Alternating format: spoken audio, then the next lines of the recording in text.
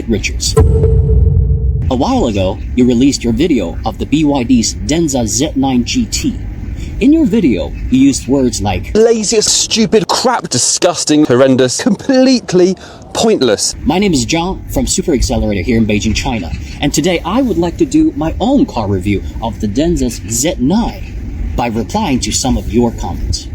Let's take this inside because there's so much that you said that I actually had to take notes. Now, the first one, getting the facts right. 204 horsepower, 4-cylinder motor. Again, combined with those 3 electric motors, it gives over 1,000 horsepower. 1,000 horsepower. Why? Why? Why? The Z9 GT does not have, as you claim, over 1,000 horsepower. Unfortunately, today we have the hybrid version. I'd much rather be testing the EV version, but this was all that was available to us, so I guess we'll have to review it. The car you so reluctantly tested was the PHEV Ultra version, which produces 870 horsepower. The all-electric version comes closer at 966 horsepower. As a professional car reviewer, or at least trying to look like one, you don't seem particularly interested in accuracy. Is it a wagon? Is it a shooting brake? Whatever, who cares? It has a drag coefficient of, I don't really know what, does it really matter? Now, I'm no expert on car journalism, but shouldn't getting the numbers right be like job one? You went on and argued that 1,000 horsepower is excessive for a sedan. And you're not entirely wrong. After all, there's an old Chinese saying, 广厦万间卧眠7尺, a mention of 10,000 rooms, yet one only sleeps in 7 feet of space. Who really needs a 1,000 horsepower car? Yet again, who really needs a 1,000 square meter mansion? No one. But we still dream of owning one. Because at the end of the day, humans does not just value utility. We value aspiration. If horsepower doesn't matter, then what has the finest engineers of Europe has been doing for the last century? Chasing unicorns? You also claim that such power would be dangerous. 1,000 horsepower is completely pointless and actually downright dangerous. Have you truly tested it? Did you really floored it? Because if you had, you'd know it felt nothing like a typical 800 plus horsepower car. Denza knows the danger behind these big numbers, so they carefully calibrated the power delivery. When I drove the Z9 PHEV, mechanically identical to the GT, with minor design differences, it felt more like a refined 500 to 600 horsepower EV. The driving experience, thanks to its dual-chamber air suspension, is smooth, quiet, and civilized, with power on demand and precise and reassuring braking. This isn't recklessness. This is engineering finesse. Now let's talk about your disdain for gimmicks. Tank turns, floating in water. Who cares? These features are not things that you and I will ever use, and this car definitely has some of those gimmicks. But here's the thing. Every one of these gimmicks you mentioned were pioneered by BYD. Curious, isn't it? Not Geely, not GWM, not Chery, just BYD. It makes you wonder, is it really the technology, the features that you have a problem with? Or is it something else? It's 5.2 meters long, over 2 meters wide. And it only has 5 seats. A Ford Transit has 12 seats and is only 30 centimeters longer. Curious indeed. And because you deemed these features pointless, you refused to test them. Tank turning, car parking thing. I'm not going to test that today. I don't think it's relevant or important at all. If that's the case, where's your professionalism? As a reviewer, is it not your responsibility to set aside personal prejudices and bias and objectively test the functions that are presented to you? By allowing your narrow and subjective views to dictate your assessments, what message are you conveying to your audience? And more importantly, what credibility or value does your review hold when it's so clouded by prejudice? You say these features are pointless. Well, they might be true to you, but it doesn't mean that they're useless in real life. Let me share a personal example.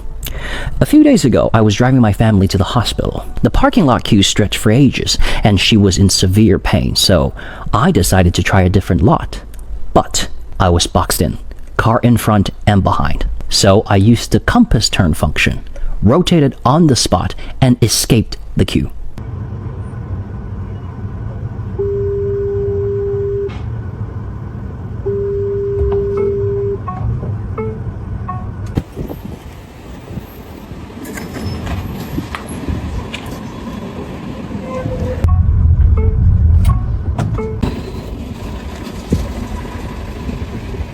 It wasn't just handy, it was life-saving. In tight parking spaces on city streets or in cramped neighborhoods, these features works wonders.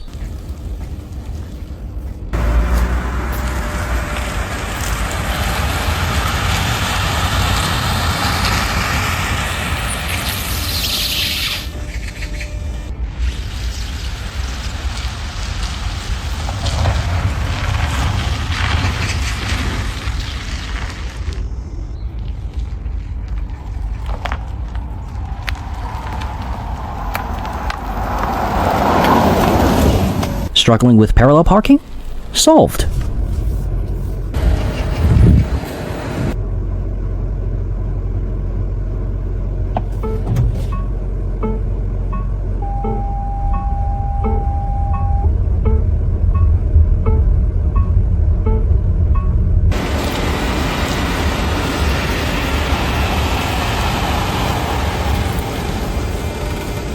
BYD's E3 technology lets you keep driving safely even after a high-speed blowout.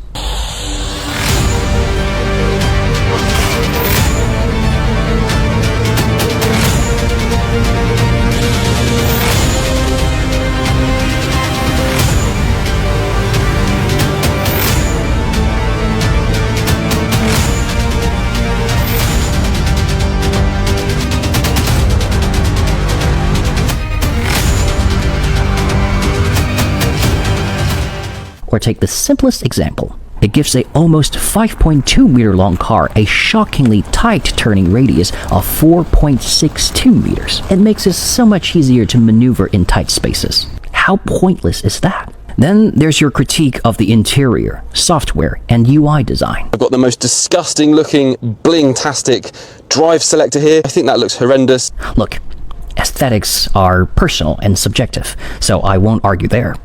But just as you seem to find something to praise, the rear design. Oh, now this is what you call a good looking back end. There's so many lovely design touches and details in here that I really, really like. You immediately claimed it copied the Alfa Romeo Brera. It feels like an Alfa Romeo Brera, a really good looking Italian car from the last few years, and I think copying that, really, really good. Well done BYD, well done Denza. Oh, and calling the De Valle a random company? De Valle speakers? Another random company who's just stuck their badges on the speakers in a car. Please say that to the music community. I'm so intrigued to find out what happens. And what about the dual fridges with temperature ranging from -6 Celsius to 50 Celsius? Plenty of pointless features. Number one, it's got a fridge. No, it's got two fridges. It's got a 4 litre here and it's got a 10 litre in the back. Yes, this car has two fridges. Allow me to ask you a personal question. Do you have a significant other? I do. I drink cold water year-round, but during her special time of the month, she can only drink warm water. One fridge keeps them cold, one fridge warms them up. Or maybe you're a tiring toddler's father. Those fridges can keep your child's breast milk at body temperature while still cooling your soda, perfectly catering to two people's needs. Still pointless? Finally, you said no one would want to repair this car once it starts having minor issues because it's too complicated with its motors, engine, battery, and fuel tank. This thing is so overly complex, so overly difficult, that I can't see them lasting very long. As soon as things start going wrong on these, who's going to fix it? Who's going to want to dive into this and try and work out the complexities of this hybrid car? Please tell me you're not serious.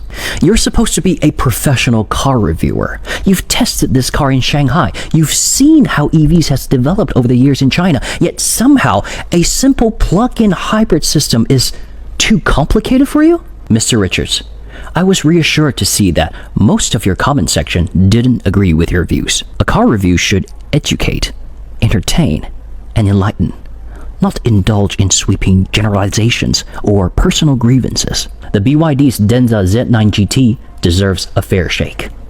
And so does your viewers.